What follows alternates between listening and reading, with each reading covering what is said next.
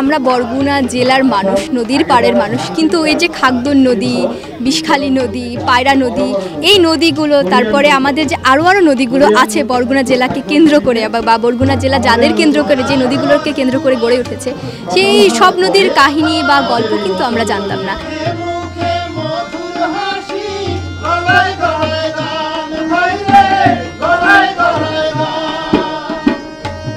নদীর গল্প শুনতে পেরে, নদীর গল্প জানতে পেরে এবং পরিবেশকে সুষ্ঠু সুন্দর রাখার যে আমাদের উদ্দেশ্য, এই প্রোগ্রামে অংশগ্রহণ করতে পেরে আসলে খুবই আনন্দিত অনুভব করছি এবং খুবই ভালো লাগছে। এভাবে যদি প্রোগ্রাম বা যে কোনো পরিবেশ দিবসকে কেন্দ্র করে, পরিবেশকে চিন্তা করে যদি কোনো প্রোগ্রাম আয়োজন করা হয়, মনে করব ভবিষ্যৎ প্রজন্ম একটা সুষ্ঠু বাংলাদেশ এবং সুন্দর সবুজ বাংলাদেশ গড়ে উঠতে পারবে, সবুজ পৃথিবী গড়ে উঠবে।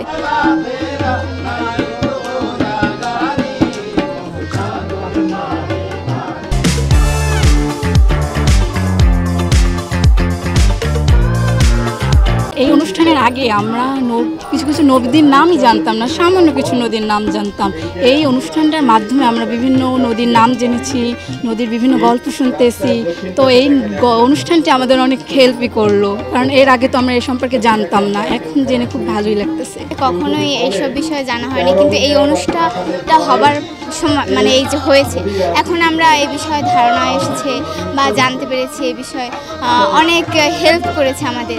আর আমরা এই বিষয় নিয়ে অনেক এখন গুরুত্বপূর্ণ বিষয় নিয়ে এখন আলোচনা করতেছি, তারপর করব।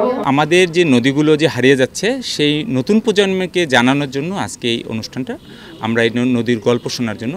কারণ আমাদের যে প্রতিনিয়তই আমরা নদী দূষিত হচ্ছে, নদী দখল হচ্ছে, আমাদের নদীর নাব্যতা হচ্ছে, আমাদের এই গল্পটাই মাধ্যমে, এই অনুষ্ঠানটার মাধ্যমে আমরা নতুন প্রজন্মের যারা শিক্ষার্থী আছে তাদেরকে এই বিষয়ে জানানো। নদী মূলত হচ্ছে আমাদের জীবন বলা যায়, বাংলাদেশের জীবন। এবং আমরা দেখেছি যে বিগত দিনে অনেক নদী কিন্তু তার নাব্যতা যেমন হারিয়েছে, অনেক নদী হচ্ছে আমরা দেখেছি অস্তিত্বহীন হয়ে পড়েছে। এবং নদী যদি না বাঁচে, সেক্ষেত্রে কিন্তু আমরাও আসলে একটা ভালো সভ্য নগরী বা সভ্যকে একটা সুন্দর যে একটা সুন্দর দেশে কিন্তু আমরা বেশি দিন থাকতে পারবো না।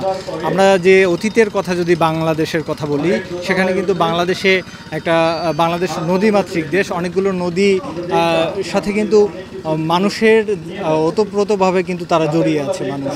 তো সেই দিক থেকে বাংলাদেশের নদীকে যদি আমরা না বাঁচাতে পারি, তাহলে আগামী দিনে কিন্তু বাংলাদেশের অবস্থা আরও খারাপ হবে। আমরা এখনই দেখছি যে নানা দূষণের কারণে নদী অস্তিত্ব হারাচ্ছে, এবং যেমন প্লাস্টিক বর্জ্য, এই বর্জ্যের কারণে কিন্তু আমরা প্রতিটা নদীতেই কিন্তু দেখছি যে প্লাস্টিক বর্জ্য। এবং আমি যেহেতু কন্টেন্ট ক্রিয়েশন করি, মাছ সাগরে গেলেও কিন্তু আমি দেখি যে জেলেদের জালে প্লাস্টিক বর্জ্য কিন্তু উঠে আসছে, এবং সেখানে আমরা মাঝে মধ্যেই কিন্তু সোশ্যাল মিডিয়াতে দেখি যে নানা ধরনের প্রাণী কিন্তু প্লাস্টিকের কারণে মারা যাচ্ছে বা আটকে যাচ্ছে প্লাস্টিকের মধ্যে, এরকমটা কিন্তু আমরা দেখি।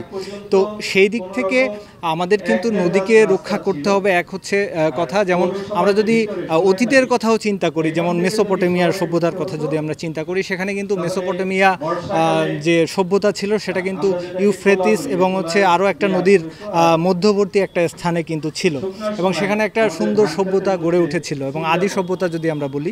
তো সেদিক থেকে আমাদের দেশের যে কয়টা আমরা বড় বড় নগরী থেকে শুরু করে ছোট যে নগরীগুলি আছে বা শহরগুলি আছে, সেগুলি কিন্তু প্রত্যেকটা নদীর তীরে অবস্থিত, এবং সেই নদীকে যদি আমরা রক্ষা না করতে পারি, কিন্তু শহরও কিন্তু আমাদের ভালো থাকছে না।